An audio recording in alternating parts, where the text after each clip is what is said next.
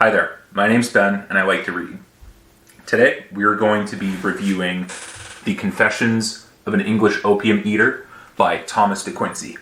So Thomas DeQuincey was born in the late 18th century. He wrote this book in the 1820s, and he was, for all intents and purposes, not someone that was born, he wasn't nobility by any means. His family wasn't necessarily rich, but he wasn't poor either. They were, fairly, they're middle class for the time. He was able to go to a good school for the early years of his life, but then unfortunately his father passed away, which forced him to go to a cheaper school, so to speak. But he developed a passion for writing and for exploring.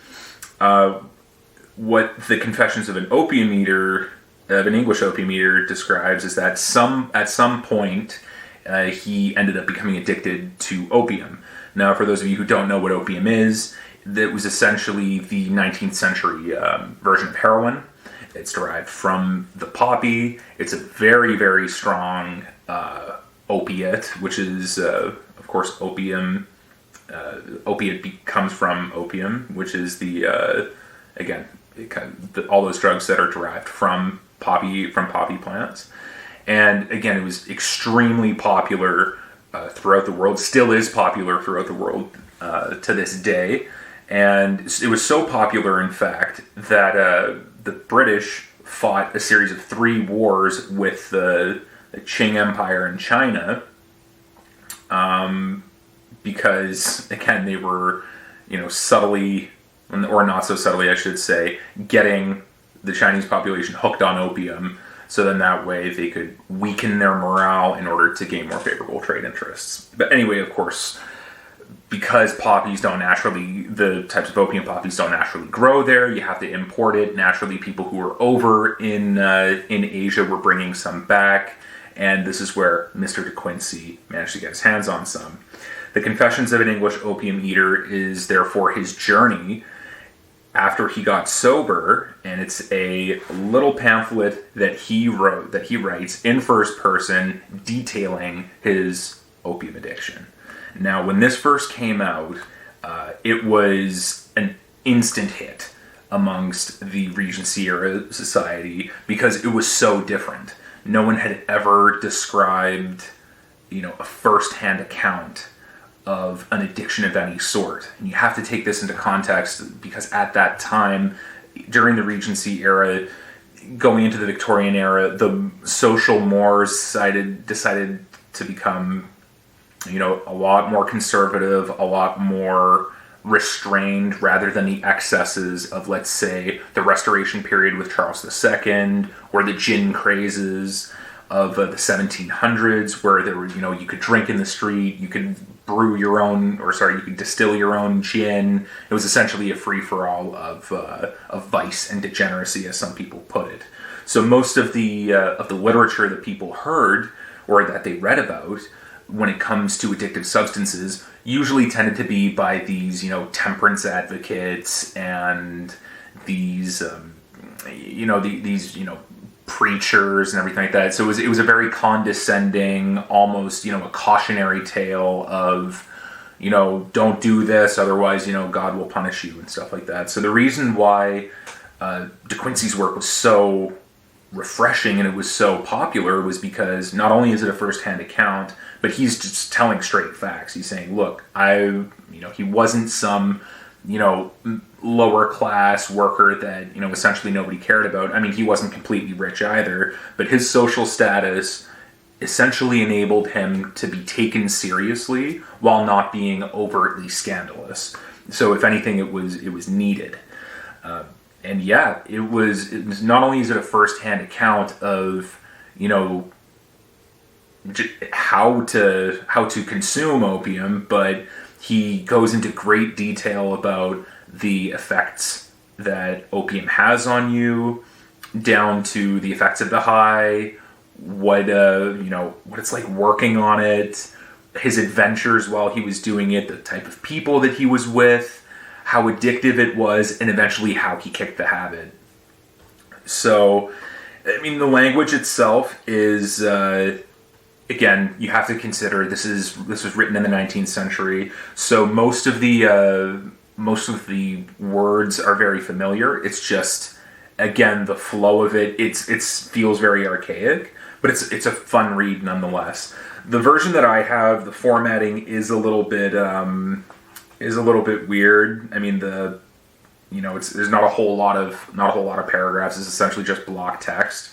But I mean, look, for a book that's essentially, 84 pages, and what I love at the end of it, he actually he gives a little. I'll show you for the camera.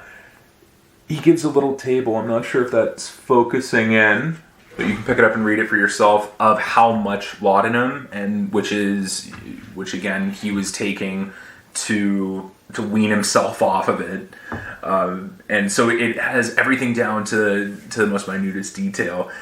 Essentially, the easiest comparison that I can make is that Thomas DeQuincey is the Victorian Regency era Hunter S. Thompson.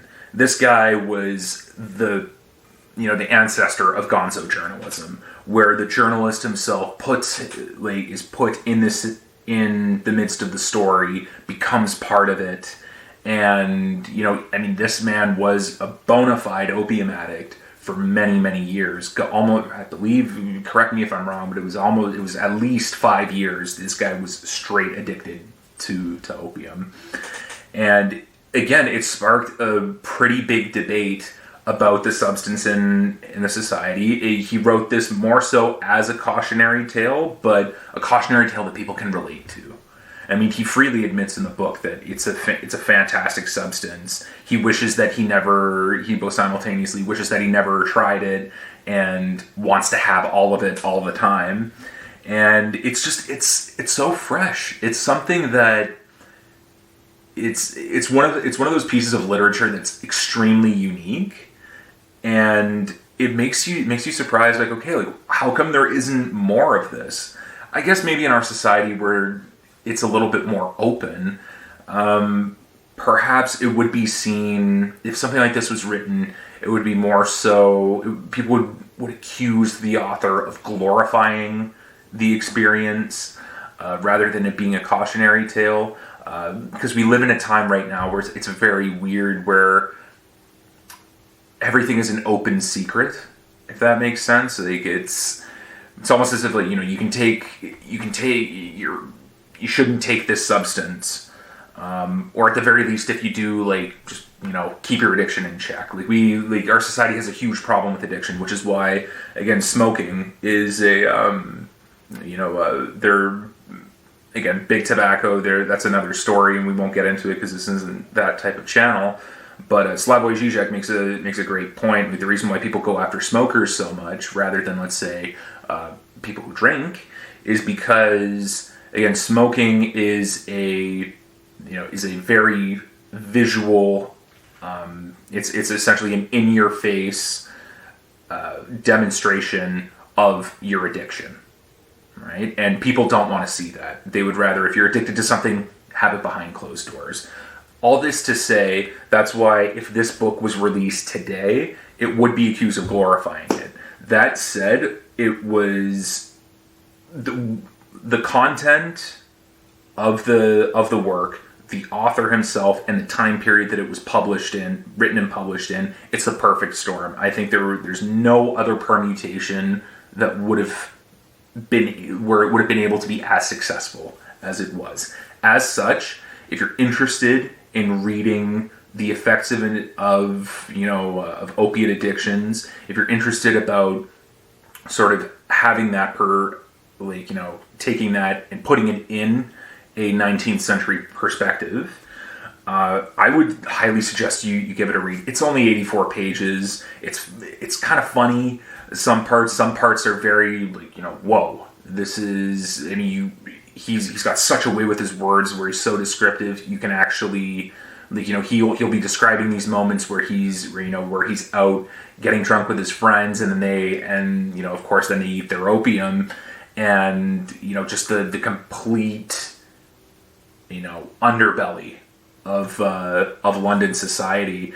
So if you're interested in stuff like that, I highly suggest you give it a read. Don't skip out on it by any means. However, if you're not necessarily, I don't want to call you if you're a square or not, but if it's not really your bag, if you're not interested about that, in that time period, or if you just think like, it's not really something that interests me, feel free to skip it. It's not one of those ones where you, the literary merit is so good that you should, that I would highly recommend it. But I recommend it to everybody nonetheless, just because you can take the lessons from this book and apply it into any sort of addiction, if you will. I mean, maybe not as extreme as let's say an opium or a heroin addiction, but there are good lessons to be learned in this book. So as such, if you've read it, let me know in the comments below what you thought of it. If you haven't, I highly suggest you, and you're interested, of course, in the topic, I highly suggest you give it a read. It's an extremely unique book,